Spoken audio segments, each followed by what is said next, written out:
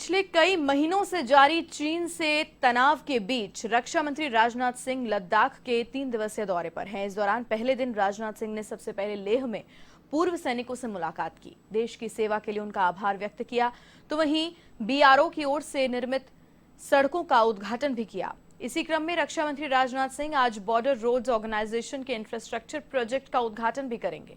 इसके साथ ही राजनाथ सिंह सीमा पर तैनात जवानों से मुलाकात कर उनका हाल जानेंगे।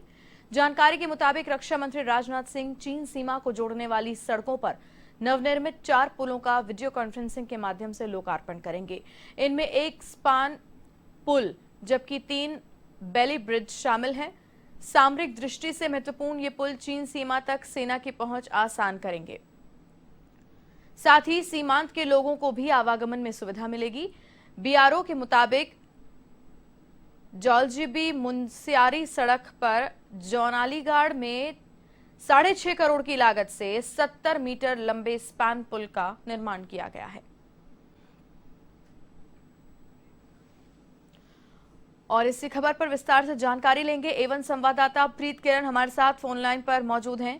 प्रीत, विस्तार से राजनाथ सिंह के इस दौरे को लेकर हमारे साथ जानकारी साझा करें, साथ ही ये भी बताएं कि जिन पुलों का निर्माण हुआ है उनसे क्या ईजमेंट होने वाला है। जी बिल्कुल, रक्षा मंत्री राजनाथ सिंह 3 दिवसीय दौरे पर हैं। कल रक्षा मंत्री ने पूर्व सैनिकों से मुलाकात की और ये कहा कि जिस तरीके से देश में केंद्र सरकार ने 1 रैंक पेंशन जो लागू की है वो कहीं ना कहीं फायदेमंद होगी तमाम सैनिकों के लिए और साथ में आने वाले दिनों में कहीं ना कहीं इसका फायदा उठा सकेंगे। और केंद्र सरकार तमाम जो डिफेंस सेक्टर से जुड़े हुए जो सैनिक हैं, जो लोग हैं, उनकी रक्षा के लिए, उनकी मदद के लिए प्रतिबद्ध है।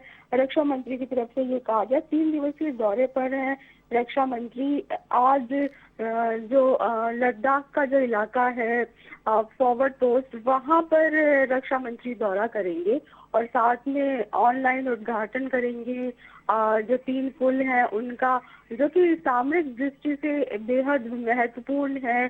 स्पान पुल जिसका कहीं ना कहीं ये कहा जाए कि चीन से जोड़ने के लिए बेहद मददगार होगा। तमाम जो सीमांत इलाके हैं जहां पर जो सैनिक हैं, जो फोर्स है, उनको जाने में काफी आसानी होगी। स्थानीय लोग, उनको भी आवागमन में काफी जो है दिक्कत जो अब तक होती आई है उसका कहीं ना कहीं समाधान होता हुआ नजर आ रहा है। जिस तरीके से रक्षा मंत्री की तरफ से ये जो 3 पुल हैं उनका उद्घाटन किया जा रहा है, कहीं ना कहीं ये भी केंद्र सरकार की तरफ से कहा गया है कि पर्यटन के क्षेत्र को भी इस तरीके से बढ़ावा मिलेगा क्योंकि अब तक चीन से भारत की जो सड़कें हैं वो ठीक तरीके से नहीं जुड़ पाई थी, ना ही पर्यटन के क्षेत्र से इस तरफ विकास हो पाया था, ना ही जो सैनिक हैं जो अपने साजो सामान लेकर जाते हैं बॉर्डर पे, क्योंकि लगातार चीन के साथ भारत के रिश्ते जो है कई बार पिछले दिनों तनावपूर्ण देखे गए। वहां तक असला पहुंचाने के लिए, वहां तक सैनिकों के लिए सामान पहुंचाने में काफी दिक्कत होती थी। अब जब ये पुल बन गए हैं और इनका आवागमन शुरू हो जाएगा रक्षा मंत्री के उद्घाटन के बाद, तो कहीं ना कहीं बेहद आसानी होगी। बीआरओ की तरफ से इन पुलों का निर्माण किया गया है। 70 मीटर का जो स्पान पुल है वो एक ऐतिहासिक पुल बताया जा रहा है केंद्र सरकार की तरफ से।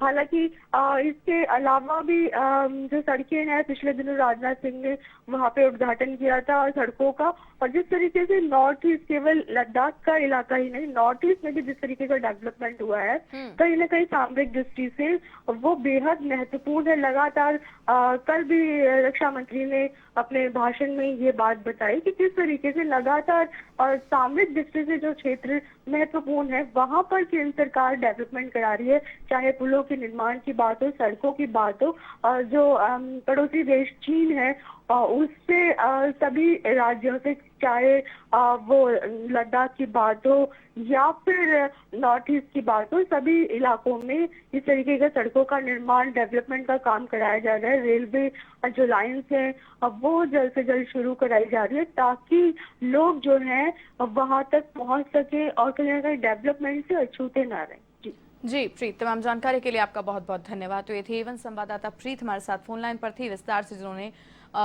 राजनाथ सिंह के दौरे को लेकर हमारे साथ